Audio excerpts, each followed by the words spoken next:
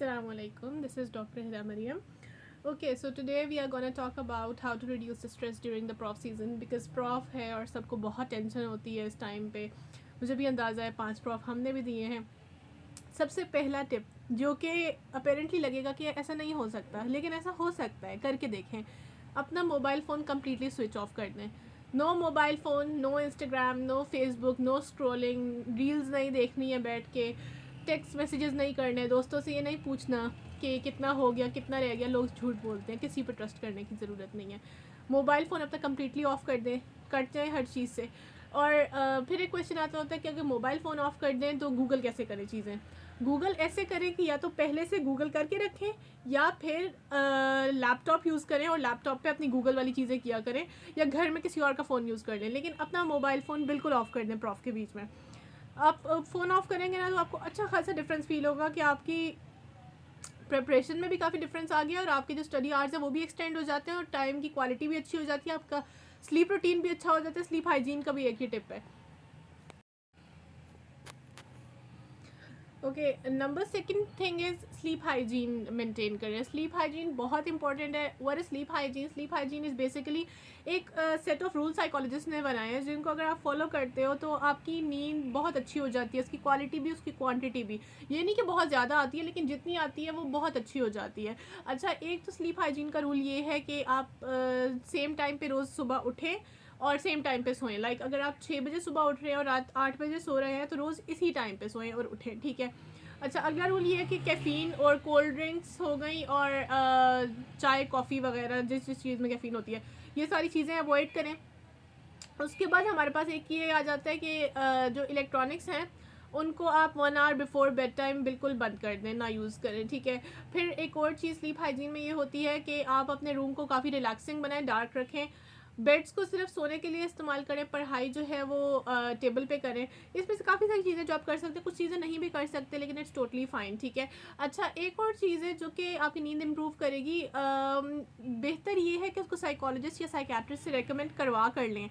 लेकिन वो चीज़ क्या है? Melatonin tablet natural sleep aid है. अच्छा, इसके साइड इफ़ेक्ट्स हमारे पास नहीं है, लेकिन स्टिल रेकमेंड करवा के फिर यूज़ करें. और मेलेटोनिन ये है कि आप लेते रहो तो फिर आपकी नींद उससे बेहतर हो जाती है, उसकी क्वालिटी भी काफ़ी अच्छी हो जाती है.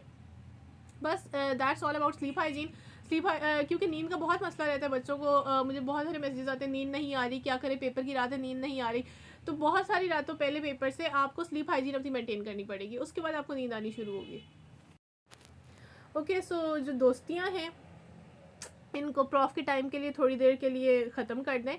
ख़त्म ये नहीं कि बिल्कुल ही ऐसे हो जाए जैसे आप जानते ही नहीं हैं, लेकिन ये कि साथ बैठना, बातें करना, ये सारा कुछ ब्रेक्स के टाइम पे सिर्फ करें अगर तो आपकी ब्रेक्स अलाइन हो रही हैं, ठीक है. वरना फ़ोन पे हर वक्त चैट वगैरह करना बिल्कुल ज़रूरी नहीं होता है. ये सारी दोस्तें आपको बाद में याद भी नहीं रखेंगी, कोई आपको याद नहीं रखेगा, लेकिन आपके जो प्रॉफ के मार्क्स हैं और जो आपने प्रॉफ में किया होगा वो ज़रूर आपको याद रहेगा. तो बेहतर ये है कि इस टाइम पीरियड के दौरान ज़्यादा इन्वॉल्व नहीं हों लोगों में और ज़्यादा दोस्तियाँ अपनी किताबों के साथ ही लगाएं और पढ़ने की कोशिश करें.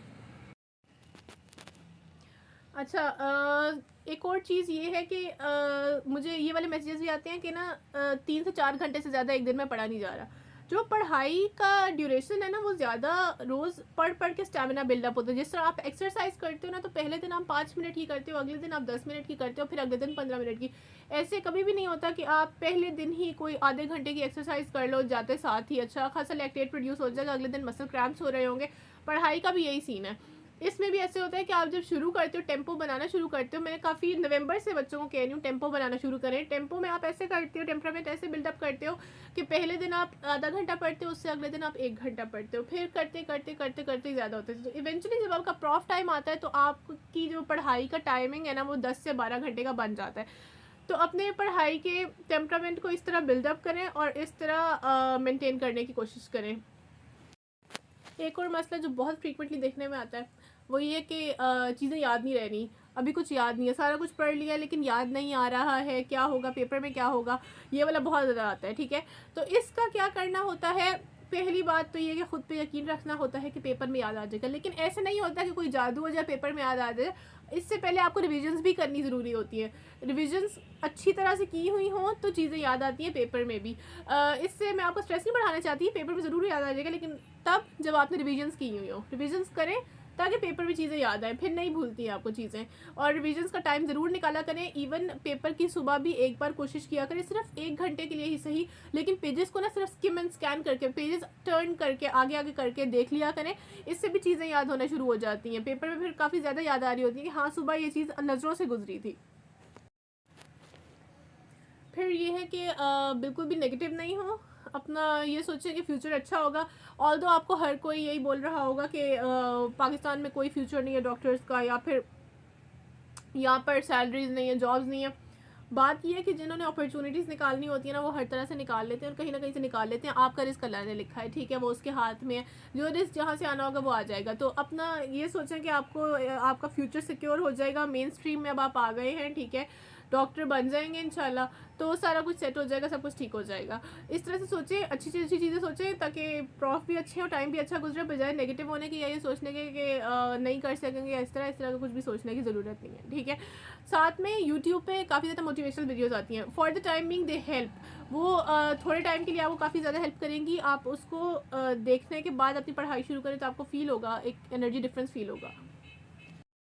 एक और चीज़ है जो बहुत ज़रूरी है, वो ये है कि खाने की अपनी बहुत अच्छी रूटीन मेंटेन करें और बहुत हाई एनर्जी चीज़ें खाएं, ठीक है, और अपने पास भी रखें, जिस तरह बनानास हो गए, चॉकलेट्स हो गई, इस तरह की जो चीज़ें हैं। शुगर को थोड़ा कट डाउन करने की कोशिश करना है, और जो इस तरह की चीज़ें हैं उनको थोड़ा सा अपनी डाइट में फ्रूट्स को ऐड अप करें, ठीक है।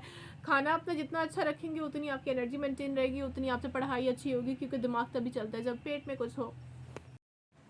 इसके अलावा जो भी क्वेश्चंस वगैरह हैं आप लोगों के नीचे कमेंट्स में कर दें, या फिर मुझे व्हाट्सएप पे DM कर दें, आई विल रिप्लाई।